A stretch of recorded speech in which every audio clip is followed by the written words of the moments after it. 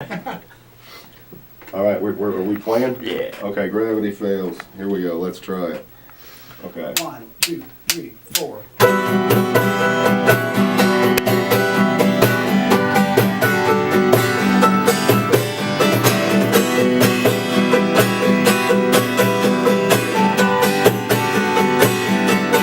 Look at me, I'm Mr. Spaceman, out of control again.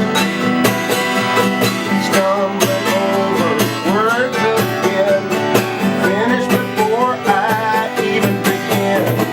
Gravity fails and I'm falling down, glued to the ceiling, spinning around. Well, that's when I'm counting on you.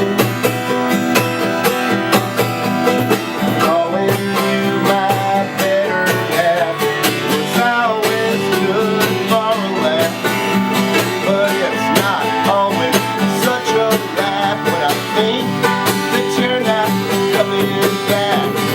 Gravity fails and I'm falling down, glued to the ceiling, spinning around. Well, that's when I'm counting on you.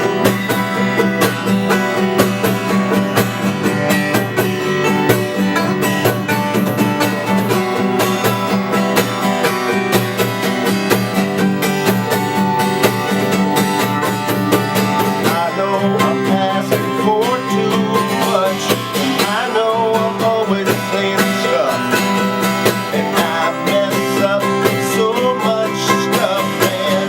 Sticking with the fool is tough, but baby, I'm saying please, please, please, down on my baby blue jeans.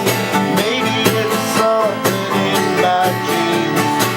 Maybe it's something in my jeans. Gravity fails and I'm falling down, glued to the ceiling, spinning around. Well, that's when I'm counting on.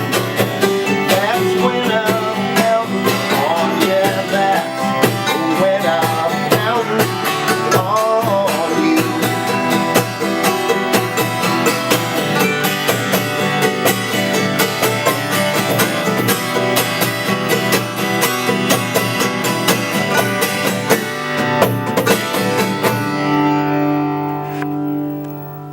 Down home cooking. It's the Bottle Rockets in studio. Awesome, guys. That was awesome. You guys, like, we're going back to the old rock thing. Drive-by truckers. Oh, yeah. They're a rock band to me. Yeah, they are. You know, but they're considered Americana. That's right. Well, just remember, we were the drive-by truckers first. That's right. You guys were basically. were. We were out there doing that, and I remember plainly we were out there doing that, and everybody coming around to me at the show saying, "You got to see this band. They remind me of you guys." And they're called the Drive-By Truckers. So, Bottle Rockets, we're Drive-By Truckers first. Okay. Now you're gonna pull a Patterson Hood and put out a solo album. No, I'm not gonna do that.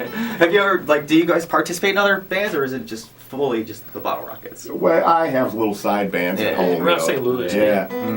Yeah, totally. Yep. Yeah. Now, being from St. Louis, is there a little blues anywhere involved? Yeah. Not in my world. Not in your world. Oh, you mean like playing wise? Yeah. No. Or you're just really. influenced a little bit by it. Yeah, totally. I mean, you can't honestly not live in St. Louis and not have like a little under your belt somewhere. See, I was a little kid there. Like, you know where the Wonder Bread factory is on Broadway Street? Yeah. I used to live right across the street from that. Okay, all right. Right next door was the Fireside Inn. It was like this Okay. little hotel thing that my parents ran. And I don't remember much music, but I remember a lot of baseball growing up as a kid. Yeah, that's St. Louis for Like you, the right? stadium. Yeah. Yeah. And that was, the old stadium. Mhm. Yeah, it's cool. Yeah. So, as far as touring goes, you guys just focus mostly on the States then, huh? Right. What about Canada?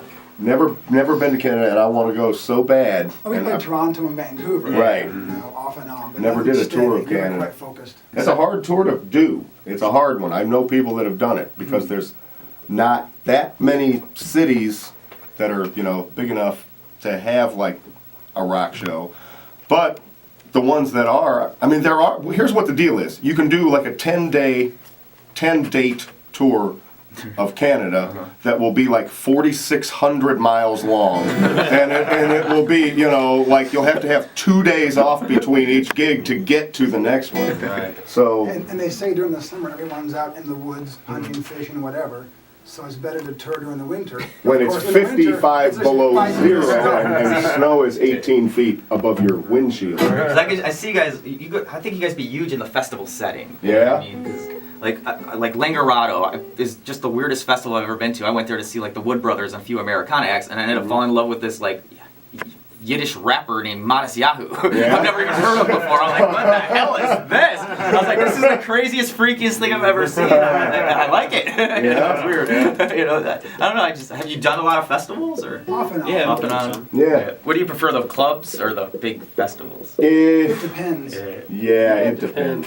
It can be cool either way. The It clubs are. can be not cool either way. Right. Because I figure in a club setting, you got a few hundred hardcore of your fans, Right. You know, and they know everything about you. Where the festival setting is, you're opening yourself up to a new group of Yeah, new genre. club, and sometimes those festivals get so huge. We did some years ago in the Netherlands that were some of like the biggest festivals over there. We did one in, what was the town? Den Haag? I can't remember. 70,000 people. Okay, Den so Haag or Utrecht. it might have been Utrecht. No, I don't remember. But anyway, 70,000 people. So when you get on stage with 70,000 people out there, it doesn't even look like people. It looks like this weird field full of lumps. Okay, that's like so, and that kind of moves a little bit. So you have this like lumpy field.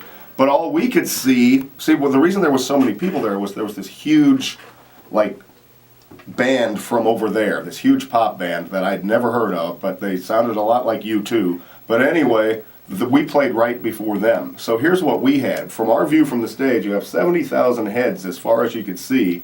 But all we could see was where the stage lights hit the front row against the barricade, which were all the little girls there to see that band. So we could see just like this dark, shadowy field that looked like no people at all, with a row of little girls in the front row, all with their fingers in their ears.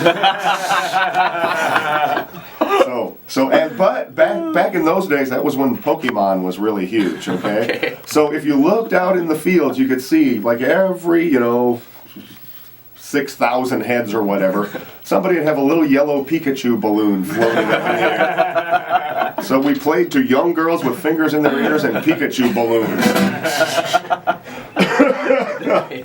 And if we got through to 1.5% of that crowd, it would have been, a lot of people. Yeah. And A success. like more than any club than we would have ever played over there. But you can't tell because it looks like Woodstock out there. And half of them probably didn't speak English anyway. Yeah, right. Now, over there they all speak Oh, yeah? English. Yeah. Well, that Spanish tour that came about because these two guys who have a little touring band outfitter, promoter, in the van. But they were at this festival we played in Spain and saw us and wanted us to come back. Uh-huh. Cool. Yeah, Spain's a great country to tour in. Really? That was a blast.